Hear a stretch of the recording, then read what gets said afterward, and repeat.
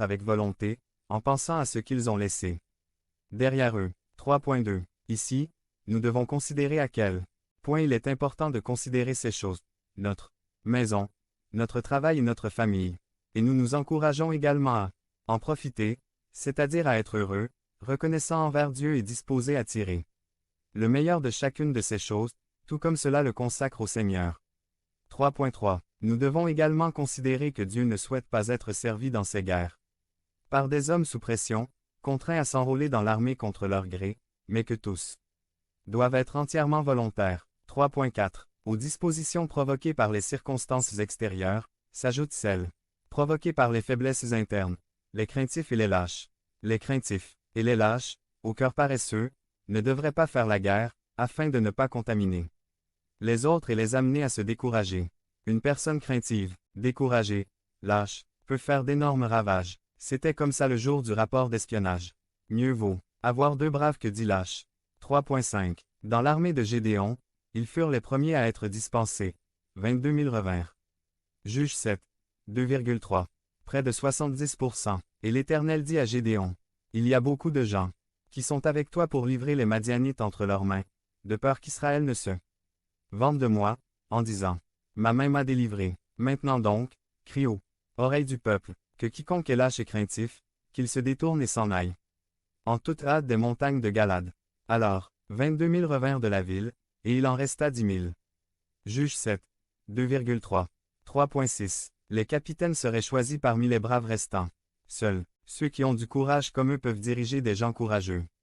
Conclusion. La peur est la preuve d'un manque de foi. Si Dieu est pour nous, qui sera contre nous? Romains 8. 31. Dieu est pour nous. S'il est de notre côté, peu importe qui est de elle apostrophe. Autre côté. Si nous avons peur des adversaires ou des circonstances difficiles, nous disons. Avec cela, Dieu ne peut pas, et ce n'est pas vrai. Rien n'affaiblit autant les mains que ce qui adoucit le cœur. Ceux qui ont Dieu avec eux n'ont aucune raison d'avoir peur. Nous n'avons aucune raison d'avoir peur, car ce qui est avec nous est plus grand. 1 Jean 4.4. Petits enfants, vous êtes de Dieu et vous les avez déjà vaincus. Car ce qui est en vous est plus grand que ce qui est dans le monde. Quels ennemis se sont levés contre vous? Point. Ils sont grands. Sont-ils plus grands que vous? Mais ils ne sont certainement pas plus grands que votre Dieu. S'il y a des défis et des batailles devant nous, nous allons de l'avant, avec courage, sans crainte, car Dieu nous donnera la victoire.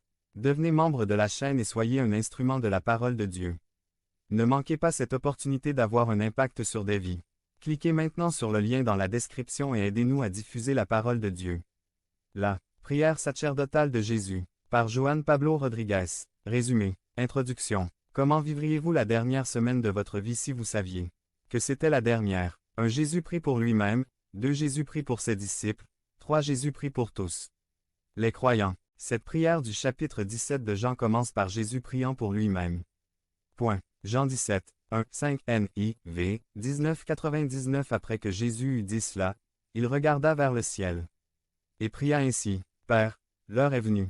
Glorifie ton Fils, afin que ton Fils te glorifie, puisque tu lui as donné pouvoir sur tout mortel afin qu'il accorde la vie éternelle à tous ceux que tu lui as donnés. 3 Et ceci est la vie éternelle, afin qu'ils te connaissent, toi, le seul vrai Dieu, et Jésus-Christ, que tu as envoyé. 4 Je t'ai glorifié sur terre, et j'ai réalisé l'œuvre que tu m'as confiée. 5 Et maintenant, Père, glorifie-moi devant ta présence de la gloire que j'avais auprès de toi avant la création du monde. Jésus sait que c'est pour cela qu'il est venu, que l'heure est arrivée, le temps fixé par Dieu est en train de s'accomplir. 1 Jésus prie pour lui-même. Dans sa prière pour lui-même Jésus, nous voyons 3 choses. 1 Il appartient à Jésus de donner la vie éternelle. Il revêt les mortels des apostrophes. Immortalité. 2 Expliquer ce qu'est la vie éternelle. Puissions-nous connaître Dieu et Jésus. Avoir la vie éternelle, c'est faire une rencontre personnelle avec Jésus, venu révéler le Père. 3 La tâche que Jésus devait accomplir, il l'a fait. Il s'est incarné, a quitté sa gloire, est devenu un homme comme nous et nous a montré le chemin vers le Père. Maintenant, le Père va restaurer à nouveau la gloire qu'avait Jésus avant son incarnation.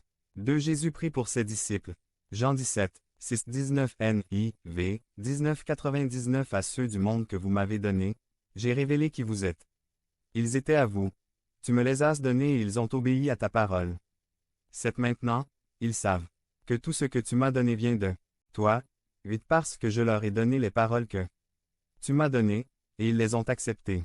Ils savent avec certitude que je viens de toi et ils ont cru que tu m'as envoyé. Ses disciples savaient et reconnaissaient d'où venait Jésus. Du Père, ils entendaient les paroles de Jésus et reconnaissaient que ces paroles étaient les mêmes paroles du Père. 9 Je prie pour eux. Je ne prie pas pour le monde, mais pour ceux que vous m'avez donnés. Car ils sont à vous. 10 Tout ce que j'ai est à toi, et tout ce que tu as est à moi, et à travers eux j'ai été glorifié. 11 Je ne serai plus au monde, mais eux sont toujours au monde, et je reviens vers toi. Saint-Père, protège-les par la puissance de ton nom, le nom que tu m'as donné. Afin qu'ils soient un, comme nous. 12 Pendant que j'étais avec eux, je les ai protégés et préservés par le nom que tu m'as donné, et nul n'a été perdu, sauf celui qui est né pour être perdu, afin que l'Écriture s'accomplisse. Jésus nous donne ici une définition de son œuvre. Il dit à Dieu, « J'ai révélé ton nom, ou je leur ai révélé qui tu es. » Jésus est venu montrer et révéler le plein caractère de Dieu, dans tout ce qui peut être connu, dans la mesure où l'esprit humain parvient à connaître Dieu. Le psalmiste dit, « Ceux qui connaissent ton nom auront confiance en toi. PS-9. 10. Il est clair que cela ne fait pas référence à ceux qui savent que Dieu est appelé Jéhovah, ou Yahweh, ou tout autre terme trouvé dans l'Ancien Testament. Mais ceux qui connaissent Dieu, son caractère et sa nature, ceux-là sont heureux de lui faire confiance. Par exemple ceux qui apprennent que Dieu est amour ou que Dieu est lumière. C'est connaître ton nom. 453. Ainsi, lorsque Jésus dit « J'ai révélé ton nom », il veut dire « J'ai donné à l'humanité la capacité de voir quelle est la vraie nature de Dieu. » C'est une autre manière de dire « Celui qui m'a vu a vu le Père. » Jean 14. 9. De même, au temps de Jésus, le nom de Dieu était si sacré que les gens ordinaires n'oseraient jamais le prononcer. Jésus dit « Je leur ai fait connaître le nom de Dieu. Vous pouvez maintenant prononcer ce nom si sacré. Grâce à ce que j'ai fait, j'ai rapproché de vous le Dieu lointain et invisible que même les plus simples peuvent lui parler et prendre son nom sur leurs lèvres. » C'est la grande proclamation de Jésus selon laquelle il a révélé à l'humanité la vraie nature et le caractère authentique de Dieu, et qui a rapproché Dieu si près de nous que même le chrétien le plus humble peut prendre le nom autrefois ineffable de Dieu sur ses lèvres. 13 Maintenant, je reviens vers vous, mais je dis ces choses pendant que je suis encore dans le monde, afin que vous ayez pleinement ma joie. 14 Je leur ai donné ta parole, et le monde les a haïs parce qu'ils ne sont pas du monde, tout comme je ne suis pas du monde. 15 Je ne te demande pas de les éloigner du monde, mais de les protéger du malin. 16 Ils ne sont pas du monde, et moi non plus. 17 Sanctifie-les dans la vérité. Ta parole est la vérité. 18 Comme tu m'as envoyé dans le monde, je les envoie aussi dans le monde. 19 Et pour eux je me sanctifie, afin qu'eux aussi soient sanctifiés dans la vérité. Il y a des enseignements profonds dans cette partie de la prière pour ses disciples. Lorsque nous devenons disciples de Jésus, nous devenons ennemis du monde comme celui qui s'élève contre la connaissance de Dieu, celui qui est Dieu et donc ses disciples. La prière de Jésus n'est pas que nous soyons éloignés du monde, que nous vivions une vie monastique, entre quatre murs, et loin de ce qui se passe dans le monde. Sa prière est de les protéger du malin, quand nous sommes sous la couverture de Dieu. Ceci est réel en nous, nous sommes protégés du malin, il ne peut pas nous toucher. Car nous sommes sous la protection de Dieu. Nous sommes sanctifiés dans la vérité, et encore une fois il y a une explication de ce qu'est la vérité. La parole de Dieu est la vérité. Si nous voulons marcher dans la vérité, nous devons garder ses paroles. Et enfin, comment Jésus a été envoyé dans le monde, comme tu